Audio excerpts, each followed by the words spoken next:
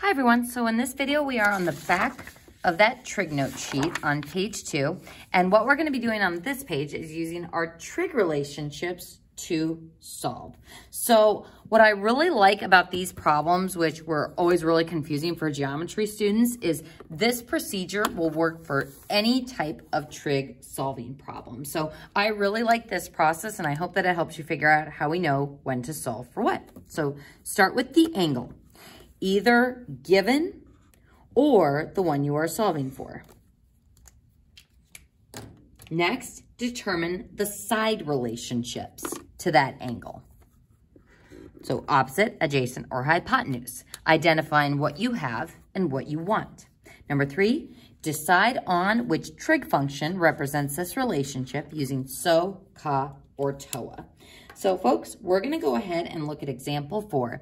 It says find the measure of each angle and round to the nearest tenth if necessary. So I want to find angle N. Now, first thing that I want you to notice from the previous page is we always knew that this was 90 degrees, but we never found out what those thetas were. We found these relationships of the sides, but we never actually solved for A or solved for theta. So in this problem, we're actually going to be finding the degree measurement of angle N. So that's what we start with, is the angle we are trying to find on this problem. That's our given angle. Next, we're going to identify the side relationships to that angle. So what is 10 relative to N? And it's really tough to see here. That is a little box. That is a right angle. Same within our other diagram over here. These are both right triangles. So if that's the right angle, then the side across from it, or the longest side, is the hypotenuse. Now this side, 6, is opposite angle N. Now, if you're like, well, what about this adjacent side? We actually don't need it to find out what angle N is. So you could use the Pythagorean theorem to find it, but I know we're all about doing the least amount of work possible. So as long as I have 2 of the 3 sides, we can use that to find our angle. So this side relationship set is what we have. So we're looking for the angle, what you are solving for. And we are going to use our given information of the sides. So what trig function represents this side relationship? We have O, opposite, and hypotenuse. So which of these trig relationships has O? Sine for SO, opposite and hypotenuse. So I can set up the problem as sine of the angle N is equal to opposite 6 over hypotenuse 10. Now, from here, we want to try to isolate our variable N. And actually, before we do that, let's go ahead and reduce that fraction. It wouldn't matter if you did on your calculator, but we're just going to do it to make the numbers a little bit smaller. So sine of N is 3/5. Now, whenever I ask geometry students how we're going to isolate that N, they're always like, let's divide by sine, which we can't, unfortunately, actually do. And the reason why we can't do that, it's the same reason why we can't just divide by a square root to get rid of it. If I have the square root of x equals 4, the only way to get rid of a square root is to use an opposite or inverse operation. What's the opposite of square rooting? Squaring. So if I square both sides, x equals 16. So we couldn't divide the square root to get rid of it. I have to use an opposite operation. So in the same sense, I need to somehow break that N out of sine, breaking that x out of the square root, by using an inverse or opposite operation. And that inverse operation that we use is inverse sine, which is labeled as sine to the -1. You may remember that -1 notation from Algebra 2 when you talked about inverse functions. So this is not actually read as sine to the -1. It's read as the inverse of sine. Or some trig teachers refer to it as arcsine. So inverse of sine or arcsine.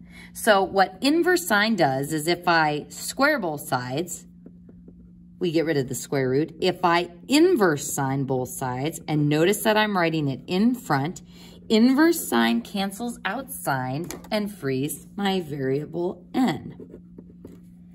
Now this is where our calculator comes into play. On your calculator, you probably notice that you have sine, cosine, and tangent, but above those you also have in blue inverse sine, inverse cosine, and inverse tangent. So checking my mode, making sure I'm in degrees, otherwise you're going to have a bad time.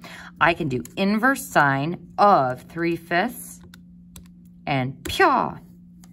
It gives me the angle is, I'll say 36.9 degrees. Now, on the ACT, when you're looking at a diagram and you say, is that reasonable? It wouldn't be to your benefit to have a protractor. So diagrams on the ACT are not drawn to scale. So using a protractor wouldn't help you. The only thing you can really take from these diagrams is that 10 is definitely bigger than 6. That's definitely the longest side. We can definitely tell that that is a right angle, but it's like, well, is it an isosceles triangle? Are those sides the same? You wouldn't want to do any estimations like that. You can tell that this angle is acute. It's definitely less than 90 degrees, but we wouldn't want to go any further with our assumptions.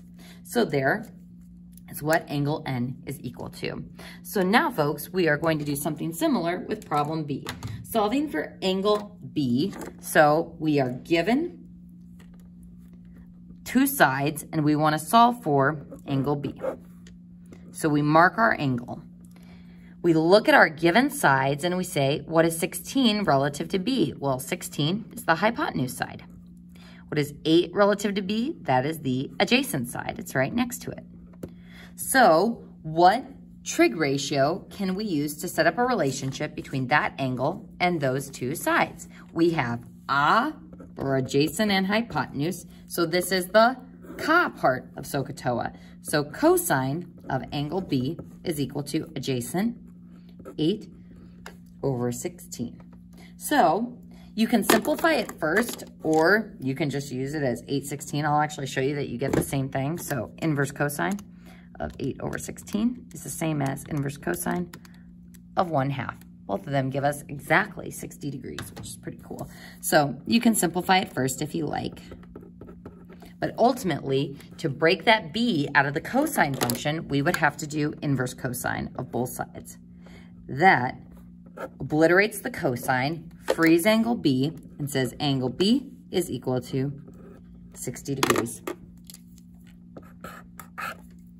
And that concludes our page 2 notes up at the top over example 4. So folks, I'm gonna go ahead and go to that blue homework packet next. On this first page, I want you to do the odds 1 through 9. So you're just going to do the odd problems on the first page. Find the value of each trigonometric ratio. To help you out, we're going to go through one of the evens together. So if it asked you to find the cosine of C, here's angle C. So what is my adjacent side to C? 16. What is my hypotenuse side? The 34. So you can label all all 3 sides if you want, but cosine is ka, or adjacent over hypotenuse. So cosine of C is equal to 16 over 34. And making sure you reduce your fractions, that would be 8 over 17. So 8 over 17 would be your final answer for that one. So folks, your homework for tonight is the odds, just numbers 1 through 9 on this first page. We'll be continuing with this packet tomorrow. So in the meantime, you can go ahead and keep working on your Strength Finder paper. Thank you.